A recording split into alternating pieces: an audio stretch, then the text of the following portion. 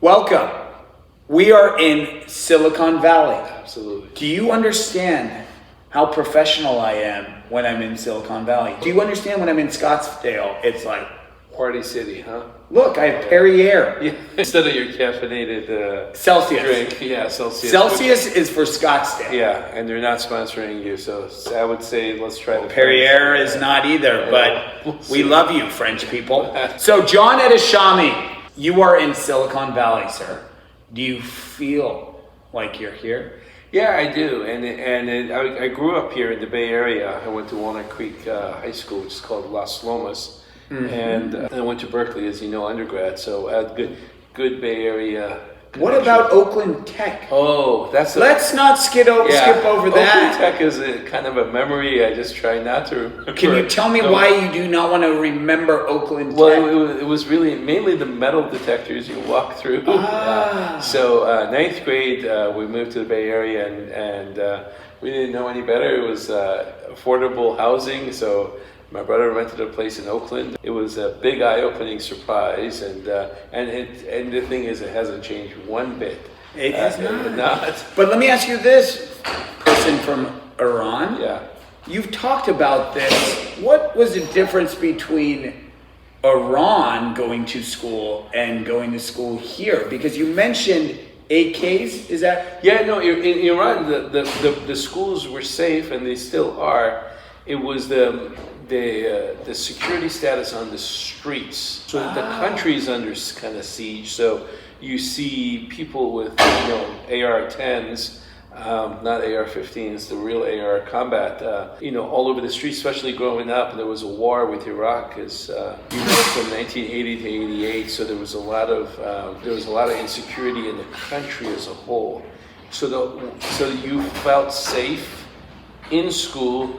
You felt safe at home. You didn't feel safe going to and from school, or even on the school bus or whatever. There was always something happening outside your window. The difference here in the U.S. is you felt safe at home. You felt safe on the way to school. Once you got into school, that's where the lack of safety was. Even you're like, okay, I'm going through metal detectors to get to school, and then somebody got shot. And it wasn't actually in the school. It was somewhere right outside the school. And then my parents were like, wow, you're not kidding about this place not being safe. So they moved over. They to shipped you out. Yeah, and it was towards the end of my 9th grade. And that was a big cultural change, going from Oakland to Walnut Creek, which is a suburban school. Because not many people know about this, and I love hearing about this. Yeah. What did they just give you a suitcase and here's a plane ticket? Oh yeah, no, it wasn't just me. It's an entire generation. Yes. Pretty much everybody you meet I was born in the U.S. My parents went back to Iran. So I was born in New York City. I was about 1 or whatever. And my parents decided that there were better opportunities in Iran. They moved there. Then all of a sudden, everything falls apart. There was a war, and I'm going to get drafted at 14. 14, they banned you from leaving the country.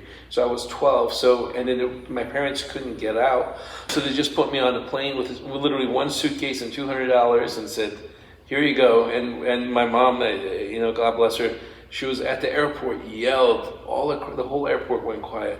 He said, I'm sending you there to work hard and study, not to have a good time. Yeah. What does mom? Yeah. Mom loves saying that. And your mom says that. My mom says that.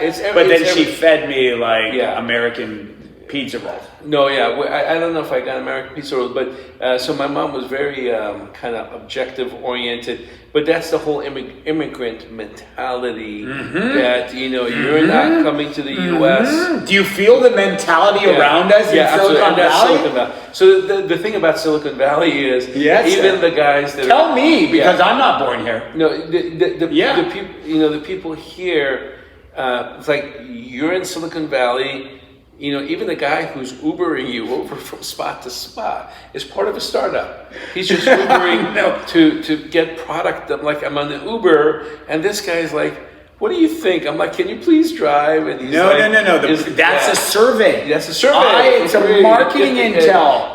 Who needs a survey monkey when I can drive Uber, make money? Absolutely. You laugh. That's a strategy. Yeah, that is a strategy. That's a strategy. So I'm like, please focus on the road. But yeah, it's entirely focus on the road. Yeah, it's an entirely different mentality, and so everybody is always afraid of missing out on the newest opportunity. So like if something like spine arthroscopy that is trying to get a foothold and become mainstream the way other things, like I'm old enough there was no direct lateral when I trained, and everybody's like, oh my God. Or I can't tell you how many surgeons that trained me, I said, I'm going to learn cervical disc arthroplasty.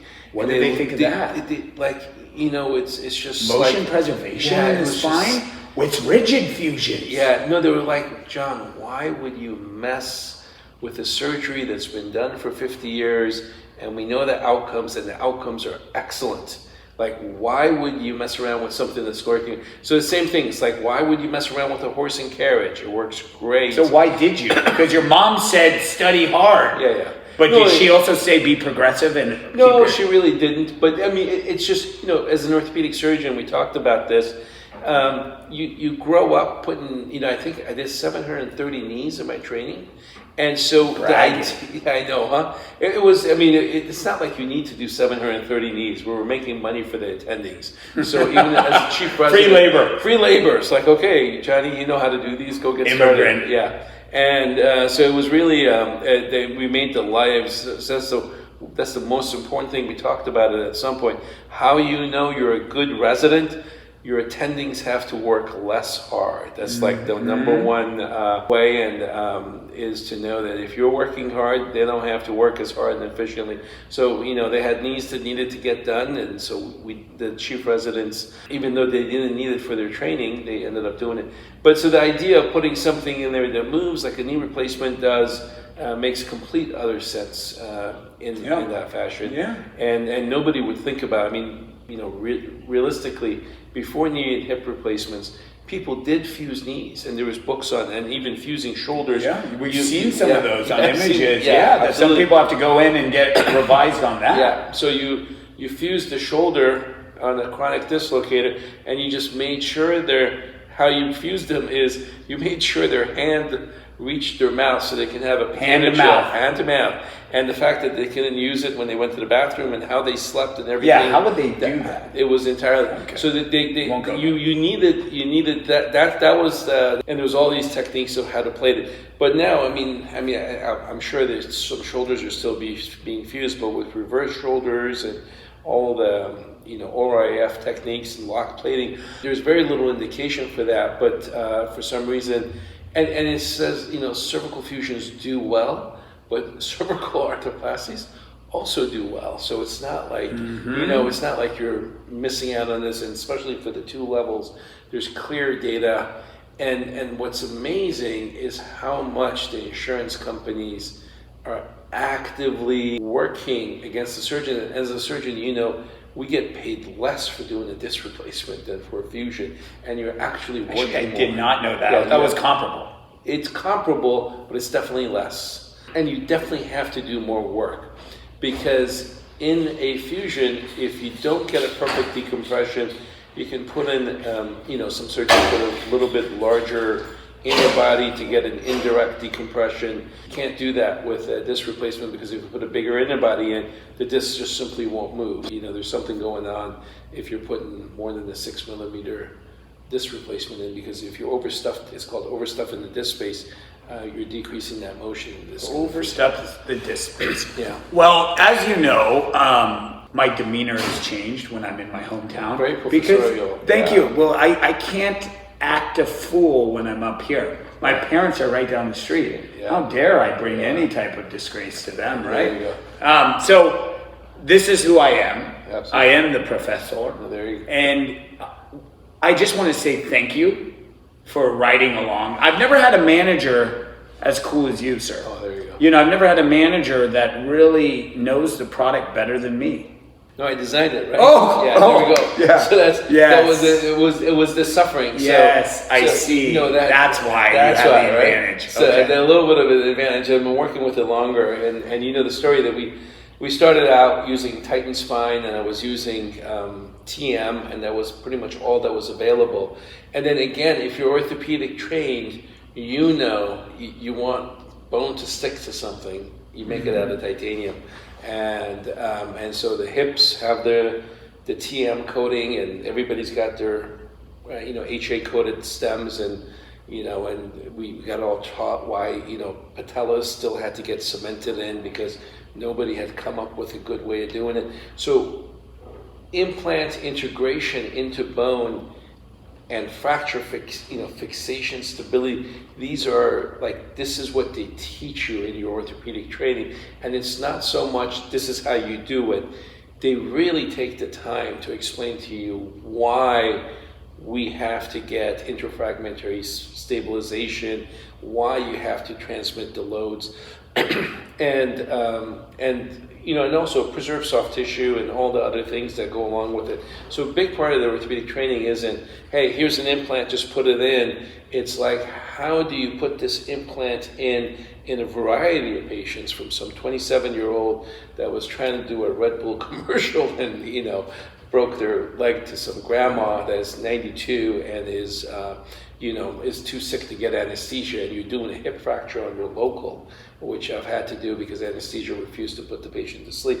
And if you don't stabilize their hip, she's going to die. I mean, everybody's going to pass away. Wow, this is horrible. But it's really rough. A 92-year-old grandma. Yeah, I mean, it's just like having a broken hip. Local. Yeah, she can't even be so she can't even be rolled to get her diaper changed without screaming in pain. And I would need a diaper after something like that. We did it under local, and it worked out fine. And you had all these, and you were trained by people who understood that. So having that background of the orthopedics, which was very essential to this, all of a sudden you're like, hey, why are we just putting a square box in this space? There's no way anybody would design something of that nature for a knee or a hip or an elbow. There's some consideration into kind of understanding the loading system of these areas. And then once you understood that, then you're like, well, yeah, why are all cervical spacers or T-lifts or even A-lifts just a rectangular box? Yeah. I've got a question, Professor. I'm going to play this over about 100 times because how you talk, and I'm trying to absorb it, and I don't speak orthopedist. Yeah. But there's a lot of great pearls there, so thank you for sharing. I want to talk about before it all started in medicine, because you graduate Berkeley, and you have such a strong engineering background. What did you do? What did you study at Berkeley? What did you then do when you graduated? Take me there before med school, residency, and fellowship. Right. Answer that for me. I graduated at Berkeley College of Engineering. I was a civil engineer. And then I was planning on going to graduate school. Then I met a gentleman at Berkeley. His name was Tony Keaveney, and he was a biomechanical engineer. And I didn't even know there was such an opportunity. Yeah. So he worked on trabecular patterns, why osteoporosis, like fracture modeling, and then the UCLA lab with Jeff Lotes. Jeff came and talked to us. This is in 1992, I want to say. I was 12 years old. Yeah, you were 12 years old. And then I decided I'm going to go to medical school, and I applied, and I was applying kind of late because I had to get the pre-med stuff completed. And then Tony gave me this big book of, it was for the Orthopedic Research Society, the ORS, which somehow they detached themselves from the American Academy of Orthopedic Surgeons. Their meetings used to be right next to each other, so a lot of practicing orthopedics were a member of the ORS, but that kind of ended a little bit. So I looked through there was no internet back then. You literally look through this book, and I wrote a regular letter. People don't know what that is. Yes, it is at all. I do. Yeah. So I wrote a letter to a gentleman who, amazing person, named Robert McLean. So Dr. McLean was at UC Davis at the time, and I found his name in the ORS. And he said, I got some money here, we got some projects, when you come over? And I interviewed at the same time with Dr. Punjabi at Yale, and I actually flew to Yale and I met with him. And I liked the fact that Dr. McLean was a clinician. And then and I really didn't, the research that Dr. Punjabi was doing was a little bit further removed. There was a lot more kind of programming. Punjabi and white. Okay, look, you got to understand, I'm an Indian kid. I think Punjabi MC, I'm Bhangra, right? And turn some light bulbs. And he was Punjabi. Yeah. He was Punjabi, and he was like, wow, that's interesting. Dr. Punjabi is... He's on everything. I was in Punjabi et al. And all that. He's done all the research back in the day when nothing was done. And he was at Yale, and he had a huge lab. But then I proceeded with Dr. McLean. I worked with him for a year, and he collaborated with me. Scott Yerby, which I don't know, he's at SI. These are now. just yes. So he was a PhD candidate then. So me and him were on a couple of papers. Thieves. Yeah, exactly. Yeah, and so just to time it, we were doing testing on CD stainless steel pedicle screws, and the pedicle screws were breaking. And Dr. McLean's idea was if you add a sublaminar... Wait, so the pedicle screws were breaking?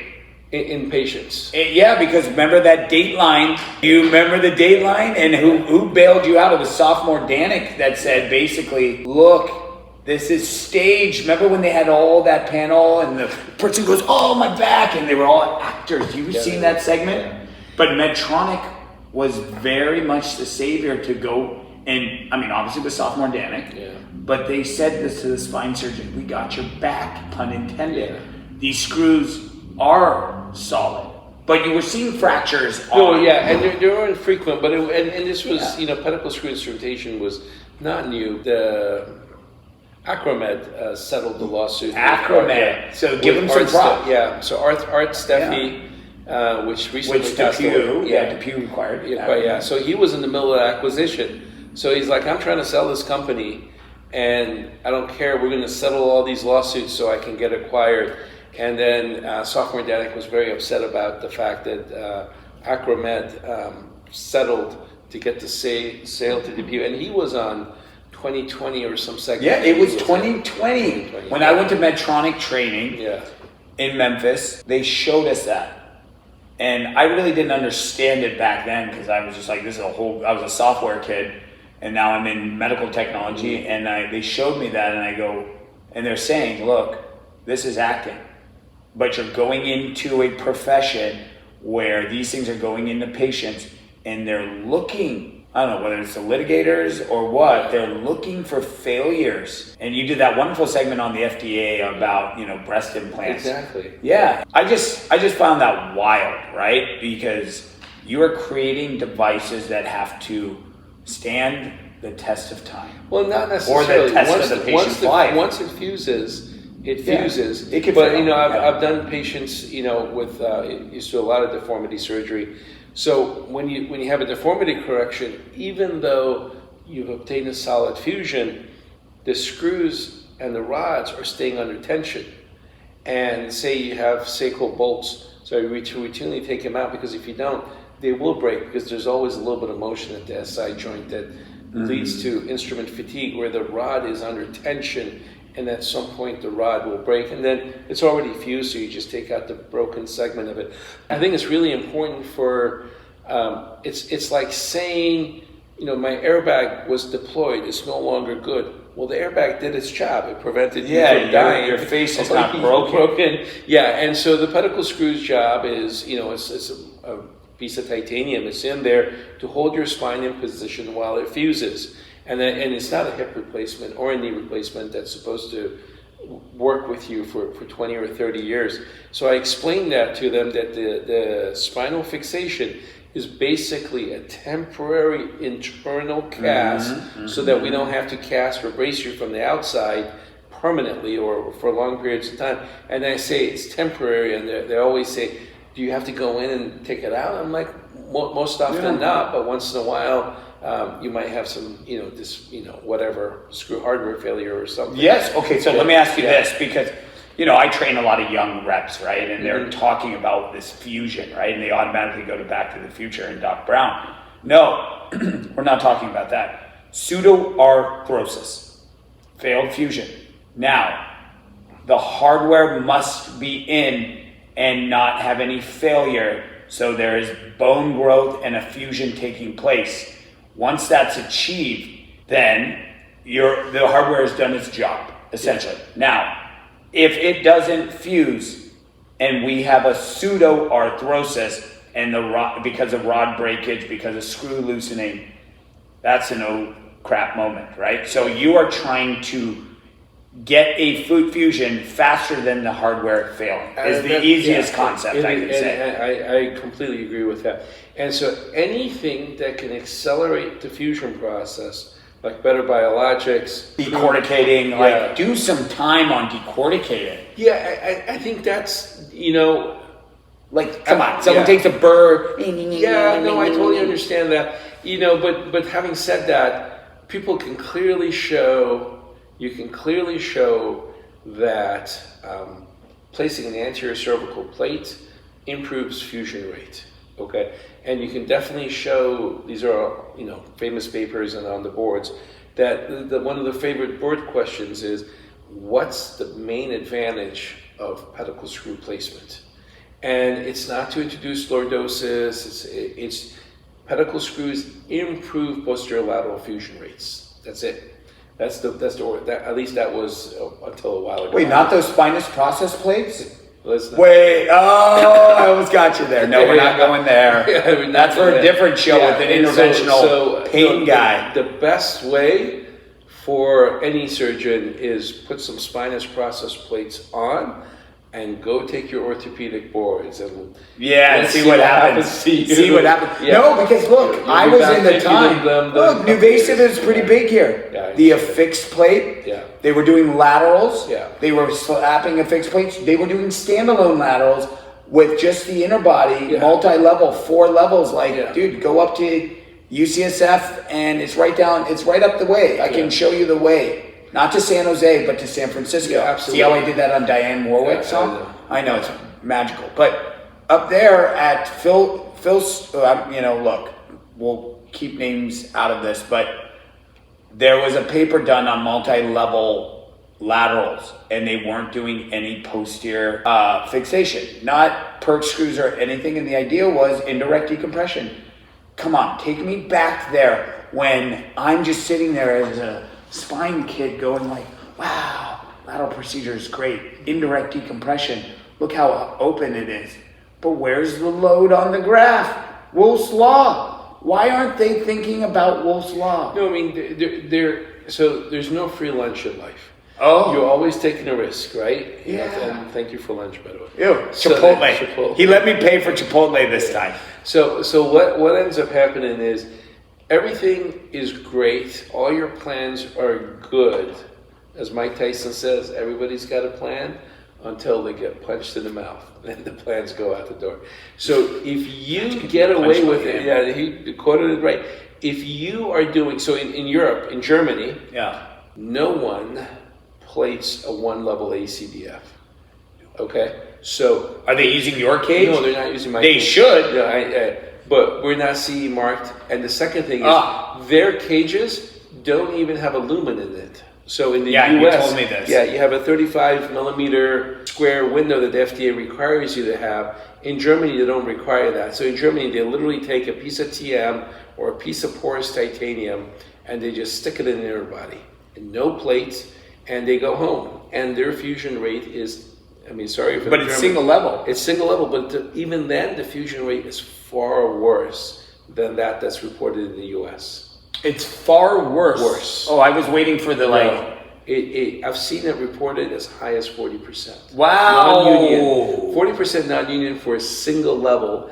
And some of them get on a single level. Yeah. What's our percentile? And then here in the States, it's less than 5%, right? It's really you really have to work hard. There's a couple of peak implants there I'll leave their name out. There's a Peak Standalone, which is, I've taken out more of these. No, tell us. No, Okay.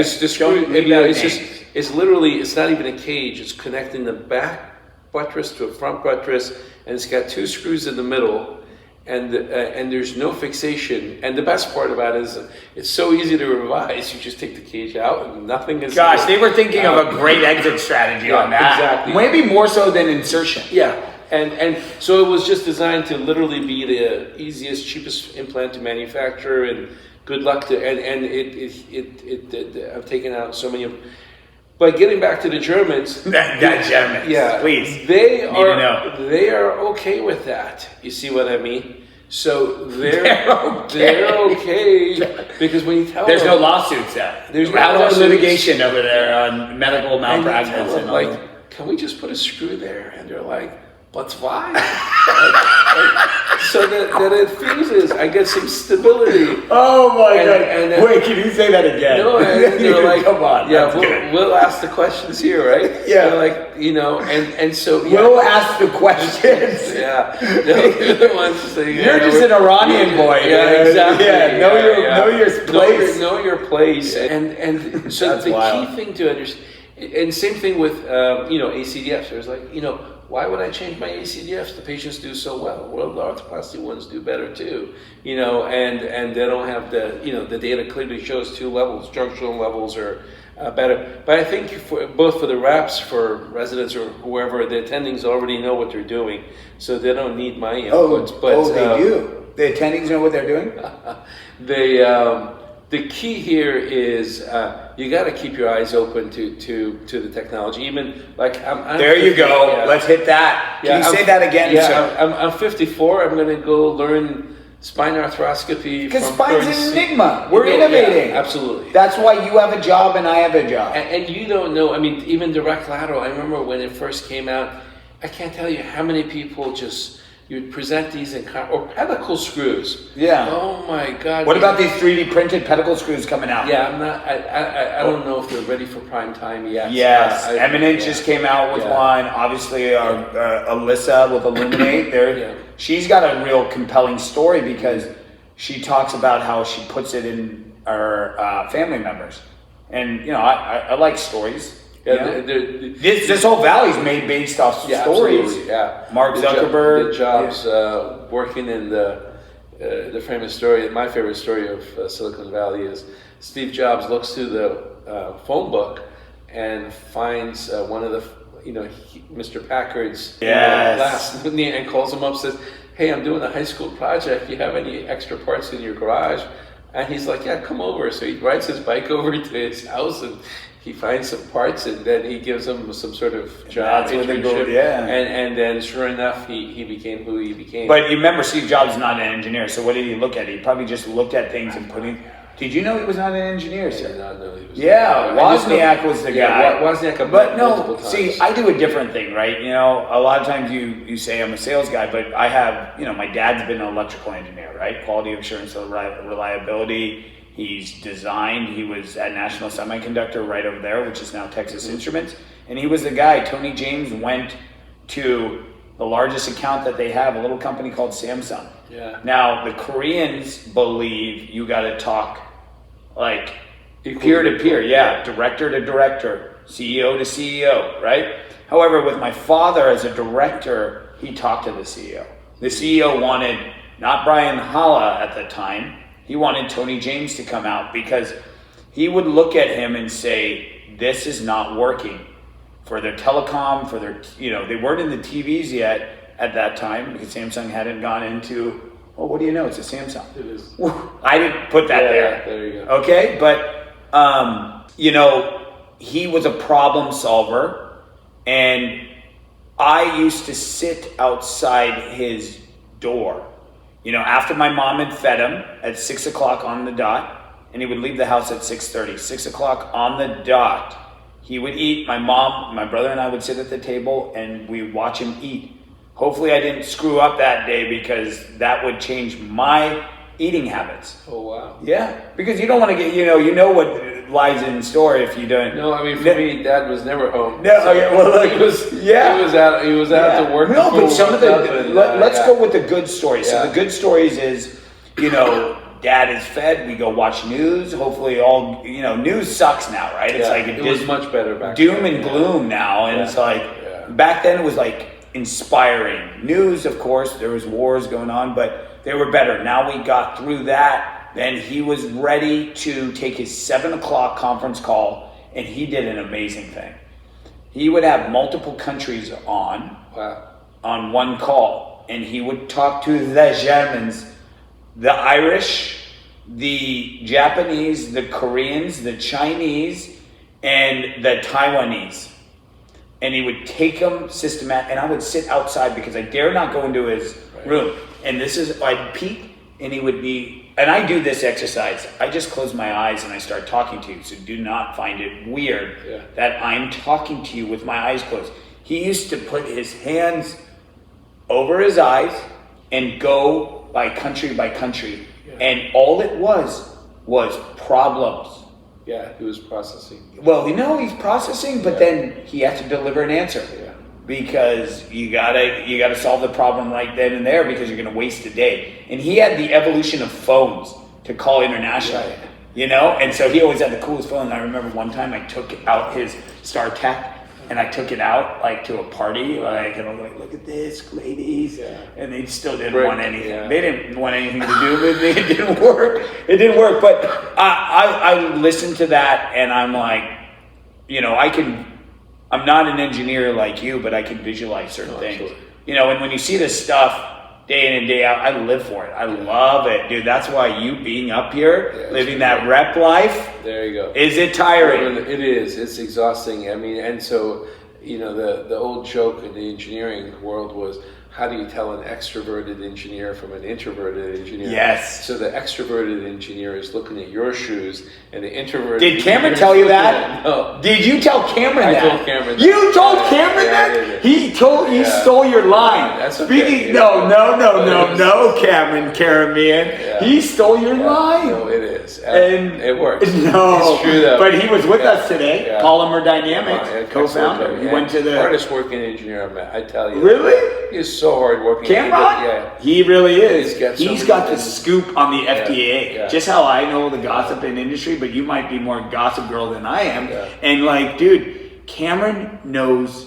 everything that's going on in the FDA, even though there's no one there. There's no one there. No, there's so. I don't know if there's going to be ChatGTP, but then having worked with the FDA, it's honestly what you have to do to get a product FDA approved and getting everything organized. It's a lot more strenuous, strict, clear guidelines than what Boeing did with its planes that went crashing down. Please don't talk about it. I'm flying more than I've ever flown before. No, I mean, they've kind of figured out the problem, and the FDA... Have they? Yeah. They have. I mean, there might be other problems. Okay, thank you. But the thing is, and once in a while I'm checking. I'm flying Airbus. I'm sitting in 11A. Yeah. That's 11A. 11A. That Indian guy made it. God bless him. But the rest of them didn't. You think he'll accept a job? That guy will sell additive like no other. No, I mean, I don't think that guy should just go hang out with the Dalai Lama or something. And there's an amazing lady who missed the flight. Yeah. Because her family stopped for food and the service took too long. So this is wild. This is what, and she's having serious issues. I mean, she's seeing it there. I would. I escaped death. I told you about my malaria stuff. I was dead. Horrendous. 23. But it really changes you. So you kind of appreciate the temperance of everything. And I have this conversation with my kids. And they're like, "Why?" I'm like, "Because your daddy's not going to be around forever." Oh no! Don't say that. Don't say that. Then you need to be able to kind of figure out what to do for yourself and your family, because I'm not going to be here to figure this stuff out for you. And my daughter's gotten to the point, it's like, being a grown-up is not exactly all it's cracked. Yes, stay young. Don't ever grow up. That's from Billy Madison. The fat kid's little gobblers going like this. People know where that is. Cinephile stuff. It is. Yeah, so, I think all these industries, Silicon Valley... Do you feel it, though? Yeah, it's definitely a different vibe. No, but it's not what it used to be, I got to tell you. It's gone downhill, huh? It's gone downhill, but I'm not going to... there's still some of the smartest people here. If you can find them, they're all, like, under their desks. Yeah. I think they're scared. Like, everyone got scared to come outside. Like, that's why there's so much vacancy around here. It's just like... that's why they have to mandate going back to the offices. They're scared to talk to one another. Oh my God! You're not on a screen. No, you're not on a screen. Yeah, and it really helped. Kids with their development. So they went through first and second grade on screen. So it's like social skills, all sorts of things that you would have normal development, and they have too much screen time already. Yeah, geez. Anyway, but I noticed something different. Like in I also have a place in Sacramento. Yeah. A suburb called Roseville, and I love it because there is more people playing basketball. It reminds me of my childhood in Almaden, right over here, that people are playing outside. Here, I'm not talking smack. There are those people in like my new area of Gilroy where all the kids are outside playing basketball. My favorite thing to do is I bring my rock and I go play and I like talk some smack to some young kids and they want to play basketball with me. Oh wow! Yeah, it's cool, but right here in this little sweet spot, they're out as much. Yeah, they're on computers, which I don't. That's fine. From a city, civil engineer, city planning perspective, San Francisco and the Silicon Valley being stuck between the bay and the ocean, it's not necessarily ideally designed for expansion. Like, Phoenix, you've been through, it's just desert for as long as the eye can see. I love it. It's so clean. Yeah. You want to expand? Just go a couple of miles more into the desert. There's plenty of it. There's desert between Phoenix and Palm Springs, all the desert you could possibly want. The best way to clean up Phoenix is just let it rain. Let it rain. If it rains, Yeah, if it rains, but it's clean and I love it. So in terms of population expansion, there's lack of water or whatever, but in terms of physical space, places like Manhattan, which you're stuck on an island, and here in are they now? They're going to flee because of what's going on the political side. Yeah, let's see what happens. I'm not going to let go there, but yeah, I think a lot of people already have homes in Greenwich and whatever else. They're embedded. They're embedded, so they're not even. They don't pay the city tax. They're not New York City residents, and. Can I ask you, since you've lived in so many places, in New York you're born, Iran, West Coast, I can't believe you went to Las Lomas. I have a lot of friends that went to Las Lomas, Oakland Tech, don't even say Las Lomas, I'd say Oakland Tech. There you go. Show some freaking hardcore. And now, street cred, dude. And now Scottsdale. Do you have a favorite, or you appreciate all of them? No, me and Cameron were talking about this. Like people here. People have interesting. Not that Scottsdale people don't have interesting cars, but like we're talking about how people buy. I don't wear a watch, and mine doesn't work. And so they buy a watch or a car or some whatever to mark an occasion like graduation or something of that nature. So I think for me, the time where I had the most, I learned the most, and was my 1 year I spent in Vienna, Austria.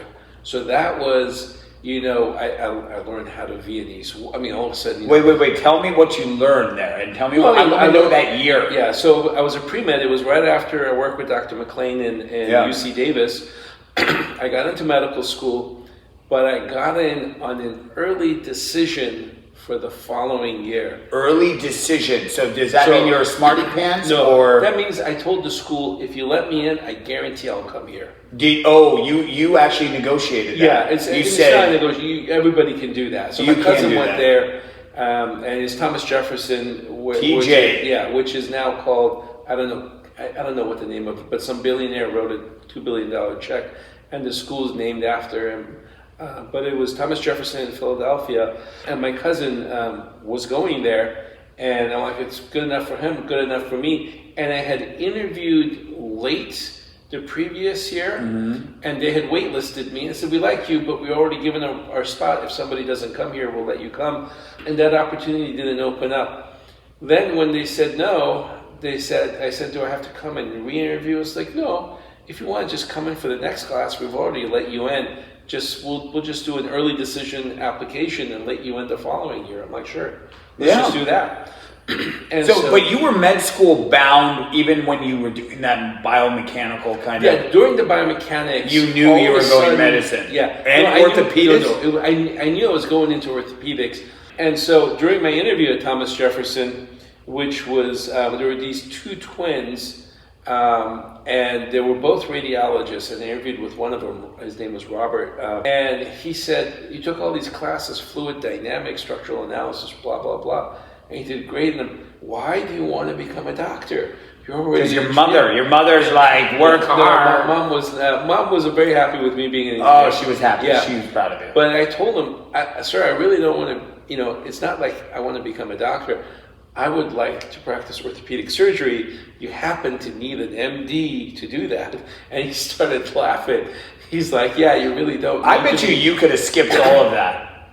I don't know. I'm not. I mean, look, I could have photoshopped you some credentials, like some people have done. But you authentically did it. Absolutely. And so what he ended up doing is, back then there was all these films. He was a radiologist. He had all these X-ray files in his room. So he started putting X-rays up and just asking me, and so when I was with Dr. McLean, I would go to the orthopedic resident rounds on morning conferences. And these guys were putting X-rays, and somebody was explaining it, so it was a free education. So, and Rex Marco was a second year. Rex Marco. Yeah, he was a second-year resident. Rex Marco is spine surgeon out of Houston Methodist. Yes. And he had a cervical spine injury. Yes, yeah. I had the pleasure of hearing him talk at UC Davis. So I was crying. Yeah, he's I was crying, dude. But yeah, I was crying. He's done very well for himself, and he was he was a second-year resident, and he showed me how to do a subcuticular stitch, and it was like, and there was. You still in contact with him? Yeah, I just saw him at the Korean American. He was at the Korean. I saw him on the stage. Yes, he's great, and his kid Kai was there, and so me and Rex trained at the same places. Just so he was. A Rush fellow, a Rush for spine, and then so residency he was at UC Davis, but he's dual fellowship trained. So he did a Sloan Kettering Memorial Sloan Kettering in New York City tumor fellowship, and I rotated there when I was an HSS resident. And so he did 2 fellowships, one in tumor and one in spine at Rush, and then so he could pretty much do anything he wanted. Trauma, tumors, all sorts, and he would even do en-bloc resections of spinal tumors. And there's a couple of people trained at that. There's a gentleman at Boston who had also done that. His talk. Can I just say this? Yeah.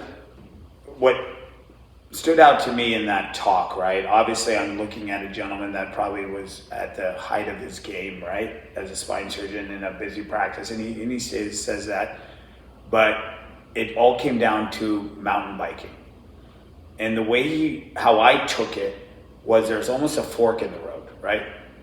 And he decided to go one route, and that's when he, if he would have gone this route, so I look at that as a metaphor in my life, right? Forks in the road, constantly. Yeah. And I now do this. I don't hesitate. And I use the Matthew McConaughey thing of green light. So green light, no forks. So I don't have to make that decision. Yeah. I just go. Yeah, the decision's really not yours, and I go through this with my daughter.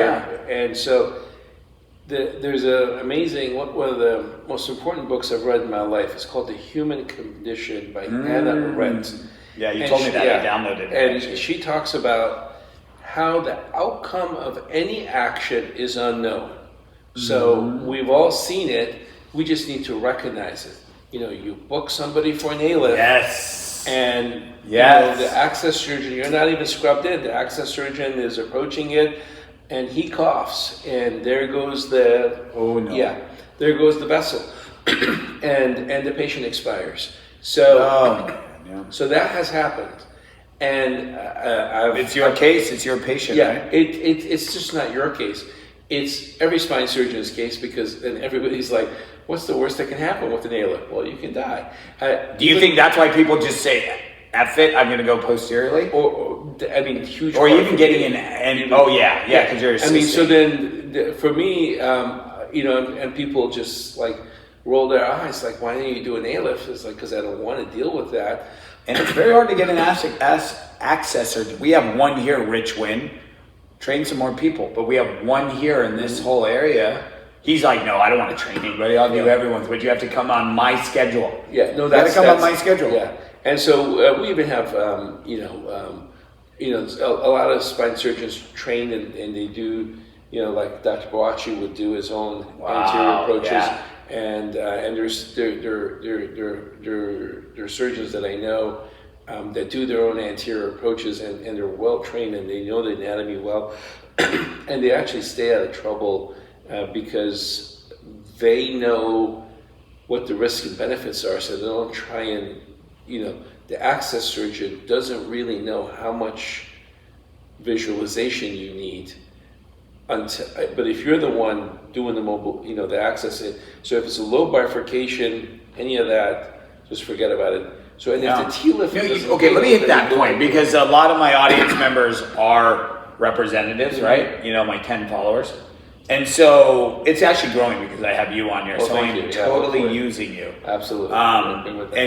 So access surgeons. When I used to do ALIFs, but you know what I mean. When the surgeons I worked with did ALIFs, I would take the implant.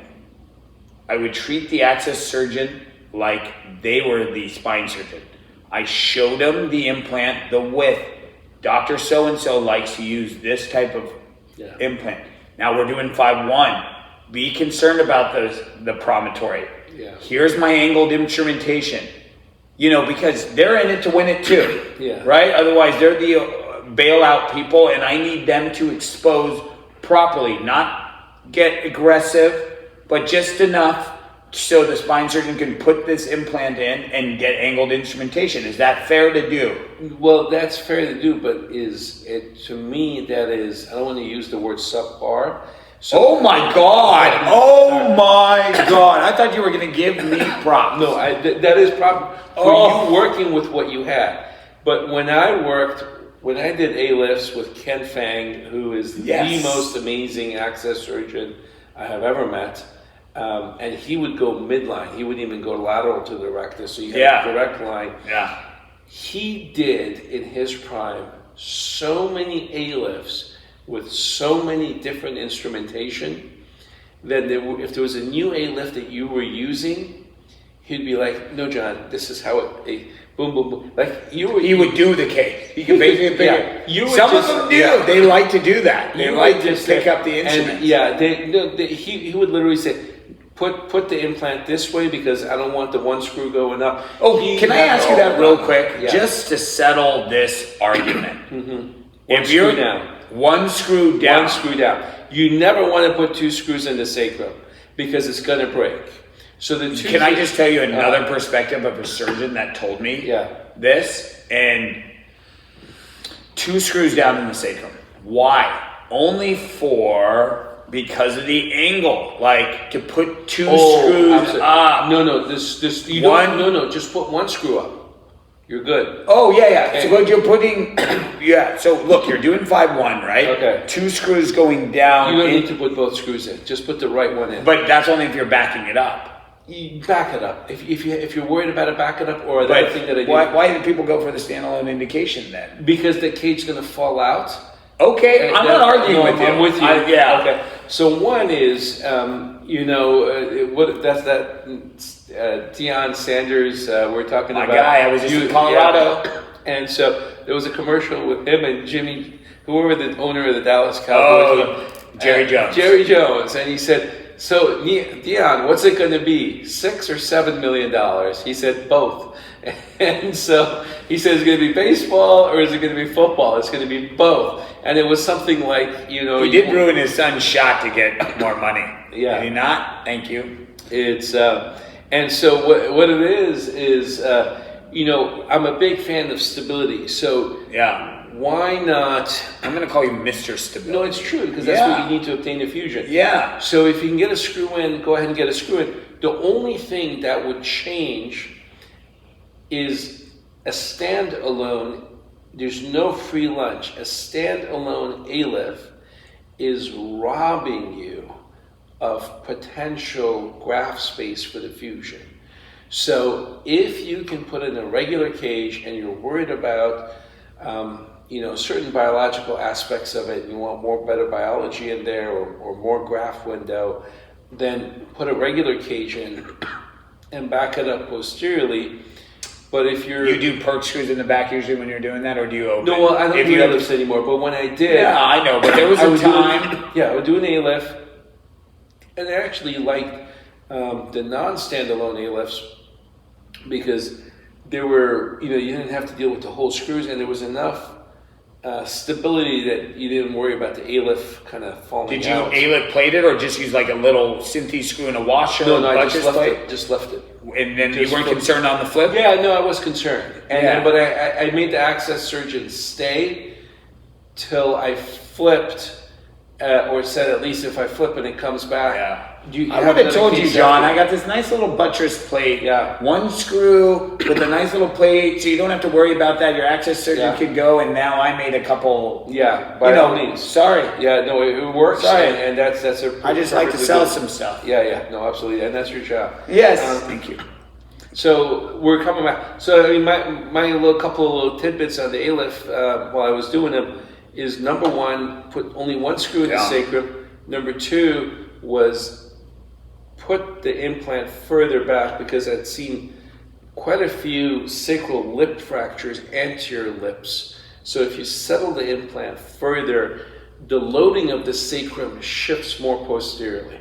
This is reminding me, because I like to build things, right? I have own media, but it's not just content.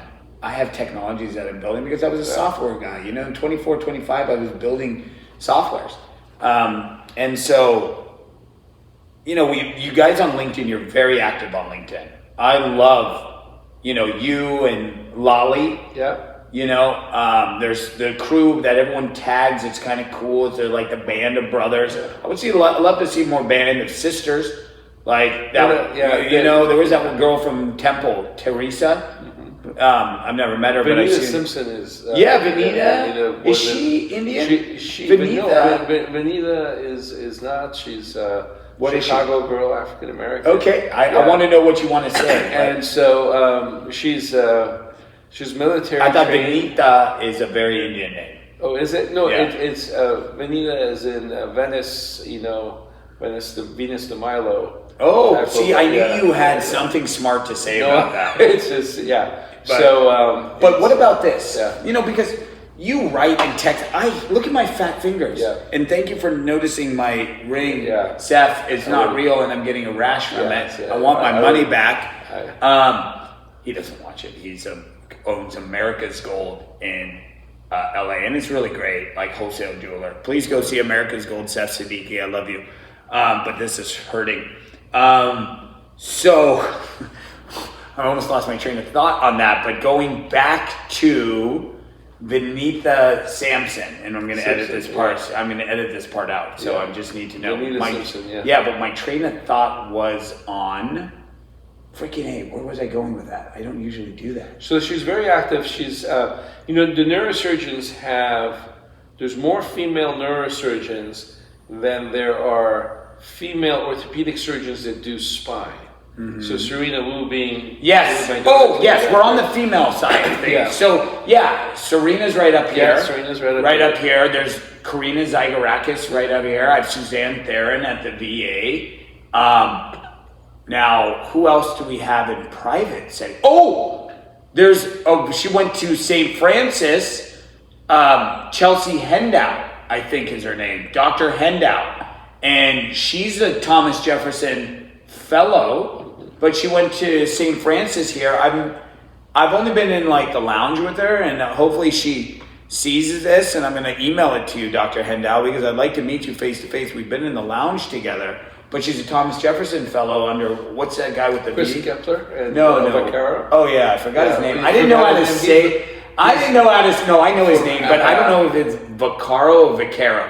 Either way. So he's like world famous. Like he hangs out with Owen Wilson. Yeah. I mean, he doesn't hang out with the Dalai Lama and Richard Gere like you. Yeah, I know. Why don't you throw that in there? But no, going back to what I was saying on building the technologies, I don't want you to have to write it on LinkedIn in a comment. Okay. I want you to be able to, off my platform, to just go in a video type thing to be like, and address who posted it and say, so-and-so, let me give you, because your words, you and your experiences and how you articulate things, you make a great point. It gets lost in translation versus writing, right? Sometimes even when I want to comment on LinkedIn, I get a cramp in my hands because of my fat fingers. And I go, that's it. And I'm like, I can't write anymore. I'd rather just like to talk and leave a little video and be like, listen, rep so-and-so, why don't you try this and it'll be helpful. Yeah. And I can then talk for like hours, but go on a one-on-one thing. But I think you have such a good way of offering up feedback because of your experiences. And there's some good people that also are trying to do that, right? So that's why we like LinkedIn. Yeah. No, there's a lot of, for me, I mean, what's interesting is some of the surgeons that I know that kind of shied away from LinkedIn, they didn't like the fact that there's an element of kind of peer review. I mean, kind of a little bit of, it's not criticism, but it's like, hey, why did you include this level and not this level? And I've definitely had people comment on my x-rays that I post. And there's a couple of ways you can take that. Is once in a while you don't have to make a comment in the comment section. You can just write the person of the post like, hey, by the way, what was the logic behind, Yeah. Do you ever take it to a DM kind of thing? Yeah. No, all the time. Okay, good. As long as that's going on in the background, right? It's going on in the background, and so what you do is you're not using it to kind of jockey for position and so on and so forth, and everybody's always kind of following for number of thumbs up, but it kind of makes a difference if Dr. Vaccaro ever gives me a thumbs up, but I got a thumbs up once in a while from a couple of people that that are like Dr. McLean, who I trained in 1990, was in his lab in 93. Once in a while he gives me a thumbs up, and actually still to this day gives me feedback on cervical disc arthroplasty or these other individuals. So I think it's very important for you as a person, and technology is making that. Those of us, especially that are in private practice, when you're in academia, I mean, every Friday, the fellows put up all your x-rays, and you've been to these conferences. I used to go religiously to maybe bother someone. Yeah, exactly. Please, sir, will you use my implant? Please, like Oliver Twist. Oh, really? Yeah, I was the Oliver Twist of spine. There you go. Please, I'm hungry. I need you to use my implant, sir. But what ends up happening in those meetings is the attendings go after one another. And so I remember we had this pediatric conference where I trained, and you were presenting the case, but you were like a third-year resident. You barely knew anything. And the attending was like, do you know the implants you're putting in, these pedicle screws, are not FDA approved beyond, other than the, lytic L5S1 spondy or something like that? Yeah. Yeah, I really didn't know that. Yeah, I'm just trying to keep my eyes open. And then I'm just trying to get through the residency and learn something. Bro. Yeah, and so but that kind of make you realize if you're not up for that, you don't belong in academia. Hence the reason. Yeah, you know what I love about academia? Let me ask you this. I always watch this and it's different from the tech space, right? Yeah. people love to share their like track record. I was involved with this, and like I did this and this. That's how tech people, entrepreneurs start, right? If you have anyone pitching you go into a VC, they need to know what you started, right? I always found this interesting, and tell me why surgeons do this when they get on the podium and they have to disclose the companies that they're involved No, that's the guideline. I get it, but how quick that slide goes up and then goes away. Yeah. It would be cool to see someone say, hey, these are my disclosures. With Medtronic, I was involved in this. With this company, I was involved with this. Let me know what you did. Let me see. Look, see where I'm coming from. Yeah. Because it honestly will get people in the audience going, oh my gosh, he was a part of that system. I use it. Yeah. And, instead of just going, whoop, slide's gone, it's like they're almost embarrassed. Why? You contributed to something. What's your thoughts on that? It's a very kind of loaded topic. And I don't want to be a loaded topic guy.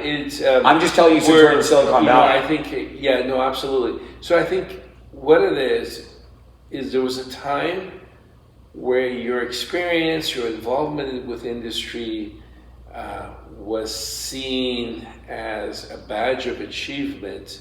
Yes. Now it's seen as a liability. Yeah, that's crazy. So that has shifted, and it's bad apples. No, it's not just a bad apple. On industry and on surgery. Yeah, but it's also bad legislation. Okay. So the legislation is I can go with that. Even the people that wrote the laws, like Mr. Stark. It was all this that's happening was never my intention. Yes. So I just want you to appreciate this. And John Ascari in Florida is a great proponent of this. Yes. I like how you say his last name. In the rest of the world, okay, like in Iran, you cannot own a share of a hospital unless you're a doctor. Like a person on the street can't go buy Summit or you can't do a surgery center unless you're an MD. No, surgery. First of all, actually, you can. There's certain surgery centers that are non-MD owned, but at the same time, in California, some might be grandfathered in, but hospitals in the rest of the world, certainly in some parts of the world, they only offer the shares so that you don't have businessmen like MBAs going and building a hospital for profit and not know and cut corners and not do things. They're very big cut corners people MBA, especially the ones that go to Harvard Business School. Shots fired on that. So costs. They're like, at least the doctors know, what the hospital needs, equipment-wise, staffing-wise. So the idea of a non-doctor running a hospital and hospitals being owned by a corporation and being run by a corporation as a for-profit institution is completely foreign. I've only seen it here in America. No, I didn't want to actually go there. I wanted to go more of segueing into who you are, because you came up here not as Dr. John Ehteshami. You came up here as John Ehteshami, CEO of Additive, my boss, and I'm your strategic sales advisor. And, we went on sales calls. Yeah. You lived the rep life, and so it was funny. We left Arizona right around the same time. You had to fly into SFO with your son. I flew into San Jose only because my car was left there. I almost forgot about it. If I would have flown into SFO, I would have left my car down there. Yeah. That's how oblivious I am.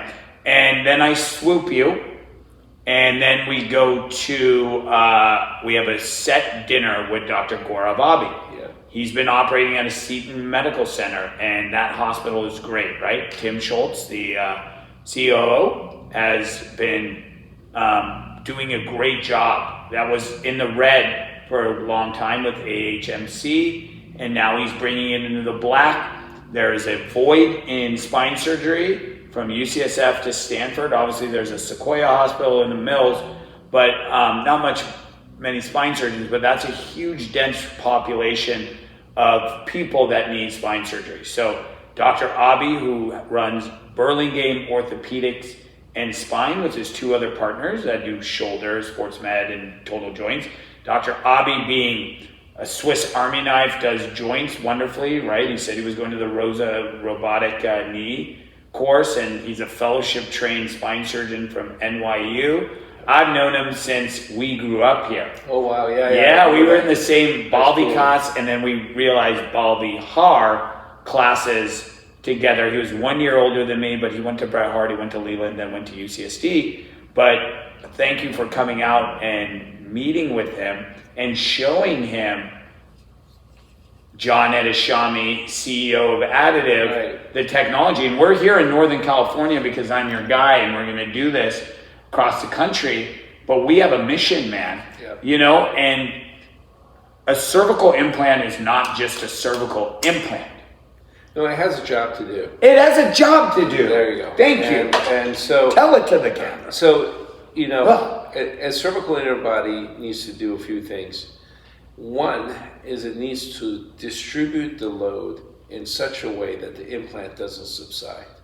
Because if it doesn't do that, it will subside into the end plates, and we've all seen that.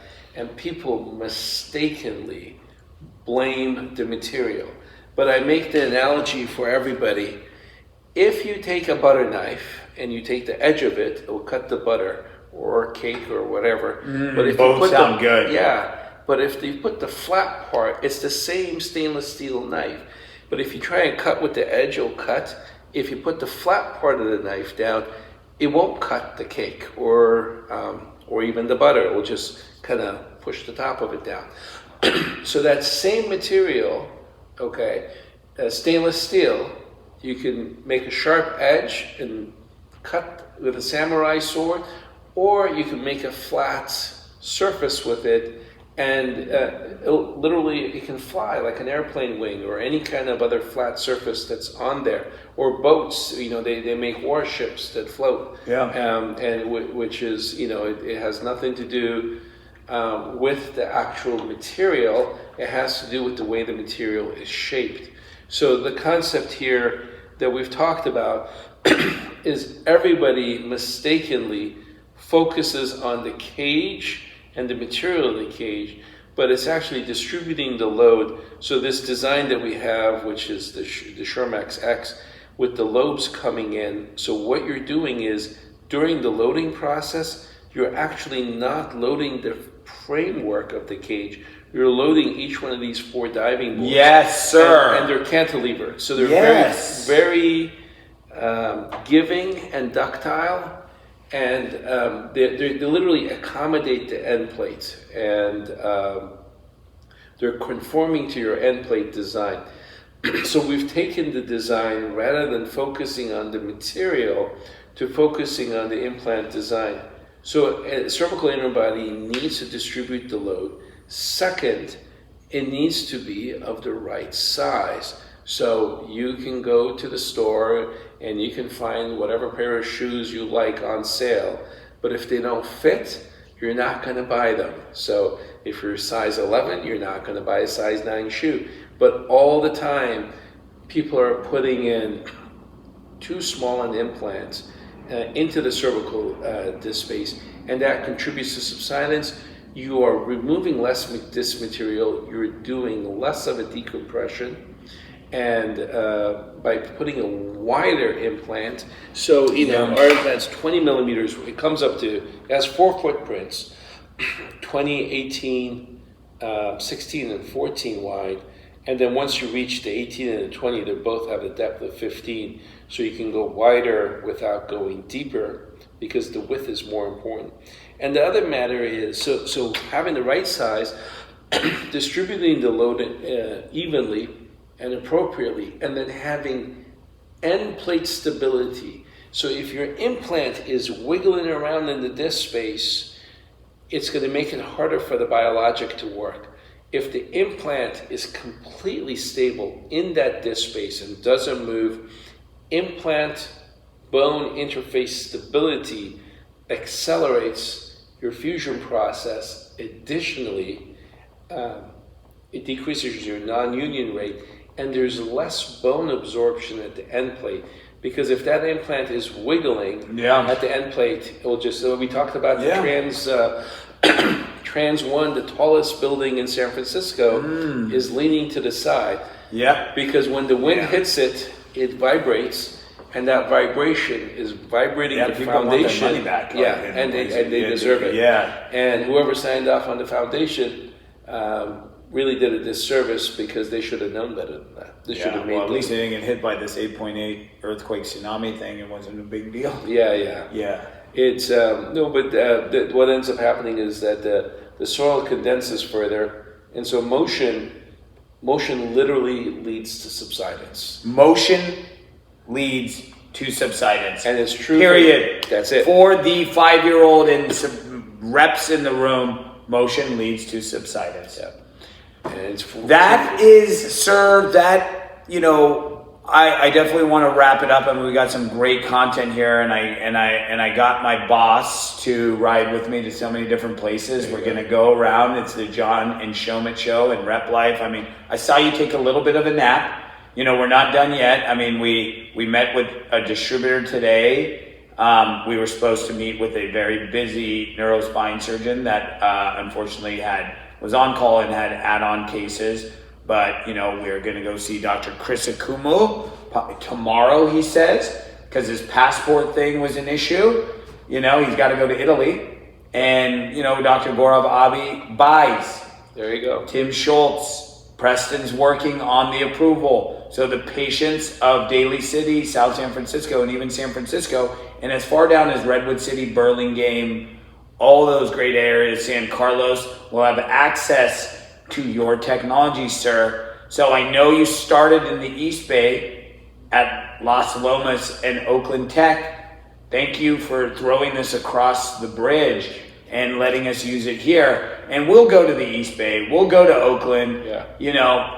I'm not driving my car there. No, I'm not wearing my gang colors. Yeah, dude, you don't got the right colors, yo. Get and you're a Persian dude, and I'm an Indian dude wearing what do you think my blue suede shoes? But they're not suede, they're leather. Yeah. They're hot, right? So we will get this area dialed in with the right groups and the right surgeons, because I'm here, I sold a lot of these.